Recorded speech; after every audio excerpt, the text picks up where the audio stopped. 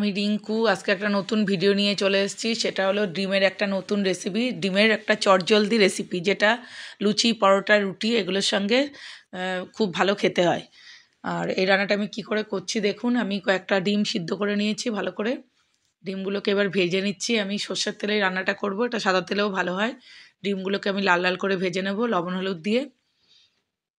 এই রান্নাটা কিন্তু খুব সুন্দর, চটজলদি রান্না, ঝটপট রান্না করে লুচি পরোটার সঙ্গে রুটির সাথে খাওয়া যায়, খুব ভালো লাগে রান্নাটা। আপনারা এই রান্নাটা দেখুন আমি কি করে করি। রান্নাটা যদি ভালো লাগে তাহলে আমার চ্যানেলটাকে সাবস্ক্রাইব করে আমার পাশে থাকবেন, আর রান্নাটা লাইক কমেন্ট এবং শেয়ার করবেন। এই রান্নাটা স্পেশালি স্টুডেন্টদের জন্য, যারা কিন্তু একা একা রান্না করে খায়, তারা কিন্তু খুব তাড়াতাড়ি এই রান্নাটা করে খেতে পারে। এই দেখুন আমার ডিমগুলো ভাজা হয়ে গেছে। এবার আমি একটুখানি ওই তেলের ভেতরেই শুকনো লঙ্কা আর একটু জিরে ফোড়ন দিয়ে আমি লম্বা লম্বা করে আলুগুলো কেটে নিয়েছি। আলুগুলো দিলাম, দিয়ে আমি আলুগুলোকে ভালো করে ভাজবো। যেটা বলছিলাম, এটা হচ্ছে স্পেশালি স্টুডেন্ট যারা, তারা কিন্তু এই রান্নাটা করে খেতে পারো তোমরা। আমার ছেলে যেহেতু একা আমেরিকায় থাকে, ও এই সমস্ত চটজলদি রেসিপি চায়। আমি ওর জন্য এই রান্নাটা দিলাম, যাতে ও চটজলদি কলেজ করে এসে তাড়াতাড়ি রান্নাটা করে রুটি দিয়ে, বা ও তো ভাত ভালোবাসে, ভাতের সাথেও এটা যাবে। তবে লুচি পরোটার সঙ্গে বেশি ভালো লাগবে। সেই জন্য রান্নাটা আমি দিলাম, যাতে আমার ছেলে রান্নাটা চটজলদি করে খেতে পারে।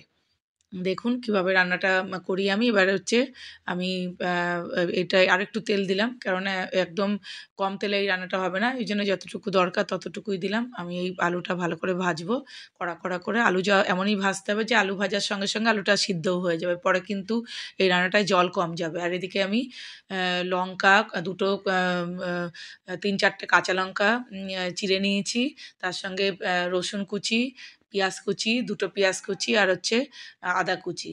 মানে কোনো বাটাবাটির ঝামেলা নেই। এটা যেহেতু আমি বলেছি এটা চটজলদি রান্না, সেই জন্যে না বেটে এটা কুচি কুচি করে কেটে এটা কিন্তু রান্না করতে হবে।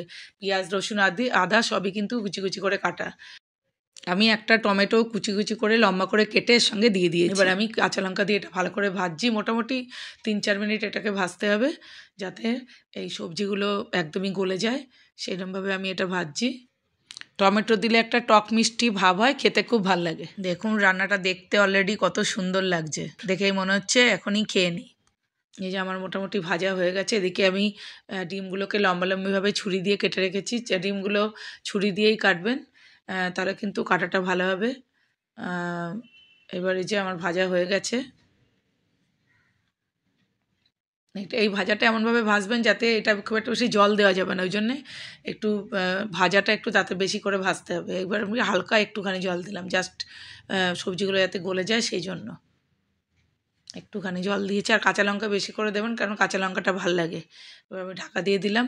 সবজিটা সিদ্ধ হয়ে গেলে 2-3 থেকে 3 মিনিট পরে নামালাম। একটুখানি চিনি দিলাম, অল্প একটু। আর যারা চিনি খাবেন না তারা না ওটা সেটা স্কিপ করতে পারেন, নাও দিতে পারেন। এবার একটুখানি ধনে গুঁড়ো দিলাম ওপর থেকে, ভাজা ধনে গুঁড়ো। এটাতে কিন্তু জিরে দিইনি, শুধু ধনে গুঁড়ো ভাজা দিলাম। এটা কিন্তু খুব সুন্দর একটা সেন্ট হয়। দিয়ে এটাকে আমি ভালো করে নেড়ে মিশিয়ে দিলাম। এবার আমি এই যে ডিমগুলো ওর ভেতরে দিয়ে দেবো, দিয়ে ডিমের সঙ্গে ঝোলটাকে ভালো করে মেশাবো।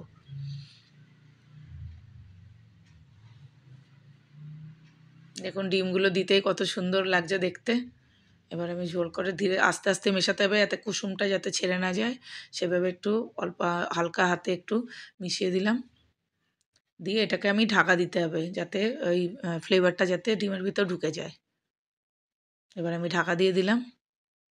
2 মিনিট পরে এলাম, দেখুন আমার রান্নাটা কমপ্লিট। আমি গ্যাস অফ করে দিয়েছি, কত সুন্দর দেখতে হয়েছে। আর এবার আমি নামানোর সময় এর উপর দিয়ে একটু গোলমরিচের গুঁড়ো দেবো, তাতে কিন্তু খেতে আরও সুন্দর হবে। এই আমি একটুখানি গোলমরিচের গুঁড়ো ছড়িয়ে দিলাম, এতে খেতে আরও ভীষণ ভালো হবে। আমার রান্নাটা রেডি ফর সার্ভ। দেখুন কত সুন্দর হয়েছে। রান্নাটা যদি ভালো লাগে তাহলে আমার রান্নাটাকে লাইক কমেন্ট এবং শেয়ার করবেন। আপনাদের ভিডিওটা এতক্ষণ দেখার জন্য অনেক অনেক ধন্যবাদ। আপনারা সুস্থ থাকবেন, ভালো থাকবেন।